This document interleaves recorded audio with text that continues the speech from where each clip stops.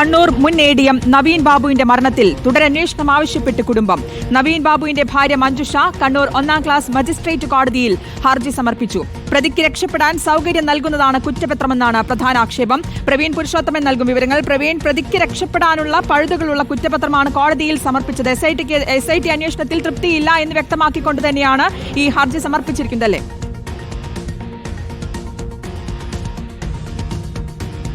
നവീൻ ബാബുവിന്റെ കുടുംബം നേരത്തെ തന്നെ സ്പെഷ്യൽ ഇൻവെസ്റ്റിഗേഷൻ ടീമിന്റെ അന്വേഷണത്തിൽ അതൃപ്തി പ്രകടിപ്പിച്ചിരുന്നു. CBI അന്വേഷണം വേണമെന്ന ആവശ്യം നേരത്തെ കുടുംബം ഉന്നയിച്ചിരുന്നു. പക്ഷേ അത് പരമോന്നത കോടതി പോലും അത് അംഗീകരിച്ചിരുന്നില്ല.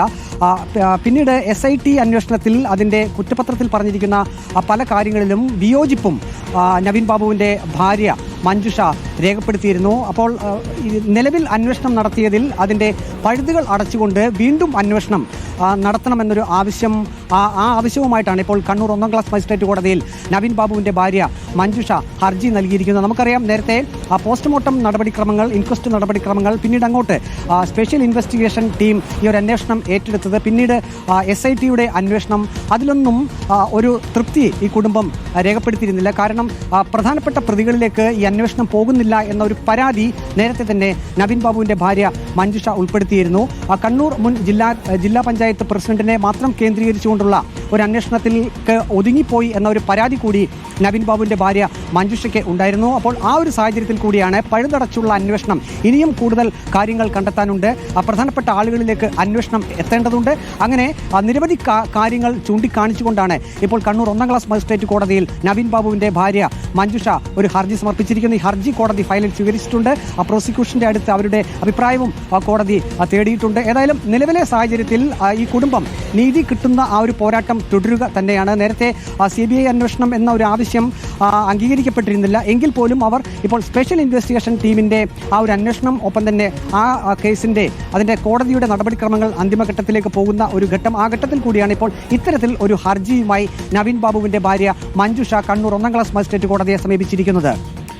പ്രവീൺ പുരുഷോത്തമനാണ് വിവരങ്ങൾ നൽകിയത്. തുടരുക അർജുൻ കല്യാട് കൂടിയുണ്ട് വിവരങ്ങൾ നൽകാൻ. അർജുൻ, ഈ കേസിന്റെ വിശദാംശങ്ങളിലേക്ക് വരികയാണെങ്കിൽ ഇതിൽ പോലെ ഹർജിയിൽ ചൂണ്ടിക്കാണിച്ച പോലെ ശരിയായ അന്വേഷണം നടത്തിയാൽ വ്യാജ ആരോപണം കണ്ടെത്താൻ അല്ലെങ്കിൽ തെളിയിക്കാൻ കഴിയും എന്നുള്ളൊരു കാര്യമാണ് അവർ പറയുന്നത്. ഇതിൽ ഈ പ്രശാന്തൻ PP ദിവ്യയുടെ ബിനാമിയാണെന്ന സൂചനയുണ്ടായിട്ടും അന്വേഷിച്ചില്ല എന്നടക്കമുള്ള കാര്യങ്ങൾ ഇതിലുണ്ടല്ലോ.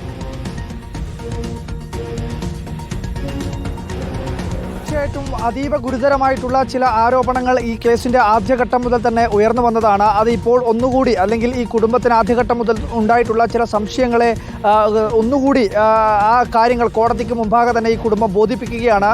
ഈ കേസിൽ SIT സംഘം രൂപീകരിച്ചതിന് ശേഷം നടത്തിയിട്ടുള്ള അന്വേഷണം, ആ അന്വേഷണത്തിനൊടുവിൽ പോലീസ് കോടതിയിൽ സമർപ്പിച്ചിട്ടുള്ള കുറ്റപത്രം, ആ കുറ്റപത്രത്തിൽ ഉൾപ്പെട്ടിട്ടുള്ള ചില കാര്യങ്ങൾ ഉൾപ്പെടുത്താതെ തന്നെ നൽകിയിട്ടുള്ള ആ കുറ്റപത്രത്തിനെതിരെയാണ് ഇപ്പോൾ ഈ നവീൻ ബാബുവിൻ്റെ കുടുംബം കോടതിയെ സമീപിച്ചിരിക്കുന്നത്. ഇതിൽ നവീൻ ബാബുവിനെ അല്ലെങ്കിൽ കൈക്കൂലി വാങ്ങിയിട്ടില്ല എന്ന് പ്രാഥമികമായി ഈ റവന്യൂ വകുപ്പിൻ്റെ ജോയിൻറ്റ് കമ്മീഷണറായിട്ടുള്ള ഗീത നടത്തിയിട്ടുള്ള അന്വേഷണത്തിൽ ഏറ്റവും ആദ്യം നടക്കുന്ന അന്വേഷണം റവന്യൂ വകുപ്പിൻ്റെ അന്വേഷണമാണ്.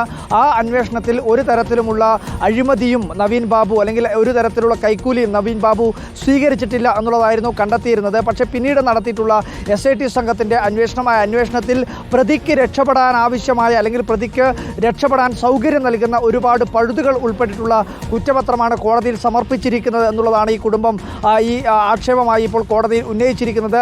അതിന് പ്രധാനമായി ചൂണ്ടിക്കാണിക്കുന്ന ചില മൊഴികളിലുള്ള വൈരുദ്ധ്യം, CCTV പകർപ്പുകൾ, അത് ചില കാര്യങ്ങൾ അതിൻ്റെ മുഴുവൻ പകർപ്പും ഹാജരാക്കുന്നതിന് പകരം ചില മിനിറ്റുകൾ മാത്രമുള്ള CCTVകൾ മാത്രം ഹാജരാക്കുന്നു. അതിന് മുൻപോ അതിന് പിൻപോ ഉള്ള CCTV ദൃശ്യങ്ങളൊന്നും തന്നെ ഹാജരാക്കാതെ പ്രതിക്ക് രക്ഷപ്പെടാൻ ആവശ്യമായിട്ടുള്ള സൗകര്യം ചെയ്തു നൽകുന്നു എന്നുള്ളതാണ് പ്രധാനമായും ഉയരുന്ന ആരോപണം. നേരത്തെ തന്നെ ഈ കേസുമായി ബന്ധപ്പെട്ടുകൊണ്ട് ജില്ലാ കളക്ടർ അരുൺ K. വിജയൻ്റെ ഒരു മൊഴി, അത് റിപ്പോർട്ടറാണ് പുറത്തുവിട്ടത്. ഈ കുറ്റപത്രത്തിൻ്റെ മുഴുവൻ പകർപ്പുകളും റിപ്പോർട്ടർ ശേഖരിക്കുകയും അതിൽ അരുൺ K. വിജയൻ നൽകിയിട്ടുള്ള ഒരു മൊഴി ഉണ്ടായിരുന്നു.